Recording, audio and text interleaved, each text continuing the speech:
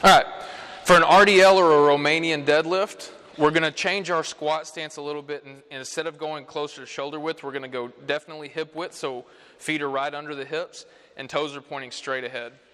So as she's standing here, we'll see that we got kind of locked knees. What we want to do is add a little bit of bend in the knees here for the RDL and a good curve in the back, so we're going to keep that through the whole movement. So go ahead and do a couple reps there.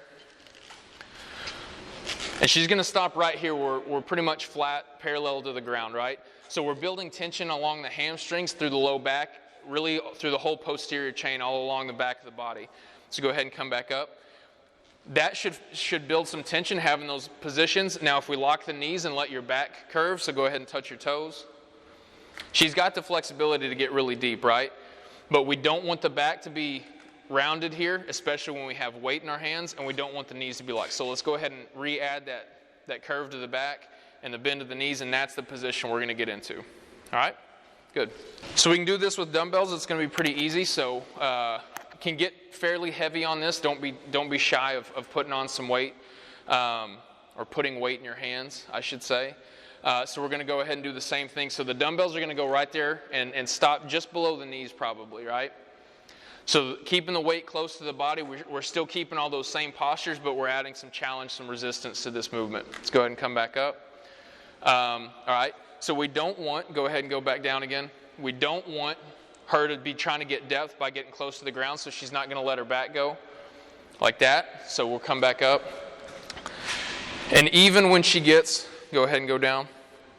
So right here is pretty good. If she tries to go just a few inches lower, we start to see that's coming from the back and not from the hips, right? We want this to all be a hip hinge movement. So go ahead and stand back up. It's good. We can load this with the barbell as well. And so what we'll see is she's standing in the proper position. When she goes, that bar's right over her knees, but as she starts to go down, her knees are going to kind of move backwards. Hips and knees will move backwards slightly, so that bar has enough room to get down past and not hit her knees. Good. Do one more. Perfect. So we're working hamstrings, glutes, low back, the whole posterior chain together here on RDLs. Perfect. So for single leg RDL, we're going to try to keep all the same positions, but we're going to have one leg moving free, and we want that leg that's moving to kind of stay locked with the body. It's just an extension, but we want to keep it all stable and kind of locked together. So we'll get in that same position, and then go ahead and do a rep, and we'll look at this. So here from the shoulder to the heel of this leg are all going to stay really stable. She's got that curve in the knee here and still holding that curve in the back. All right, do one more. So let's go ahead, let this break at the waist on this one, do a bad one. So she's trying to get depth just by her chest getting close to the ground. Now we've broken that stability through the whole body here. We don't want that. And we also don't want this free moving leg to let that foot open up, right? Because if it starts to open up, we're getting some kind of false mobility here through the hips, trying to get her deeper. So let's do that one more time.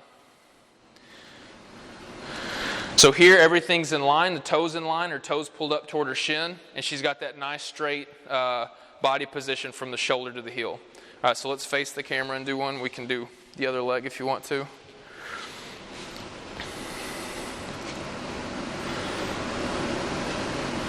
Good. So we see this is all in line. That toes kind of, even if you start to see it sneaking out, you can really try to force it in so that when you start this movement, you're trying to kind of exaggerate that internal rotation so that when you get to the top, it's still nice and in line.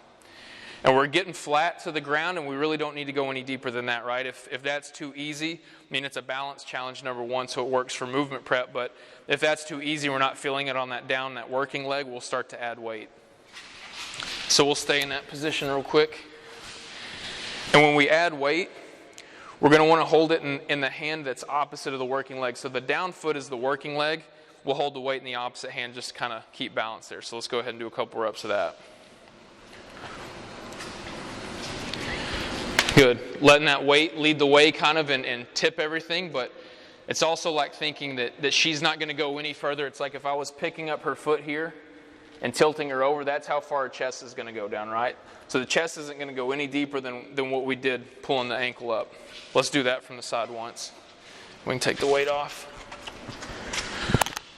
But just to look at it and go ahead and let this be your free leg. If we're doing this, it's kind of like you're getting pulled up here by your ankle and get tipped over rather than letting your chest lead the way, right? Because then we start to get that separation where we're bending over at the chest and not letting the leg follow.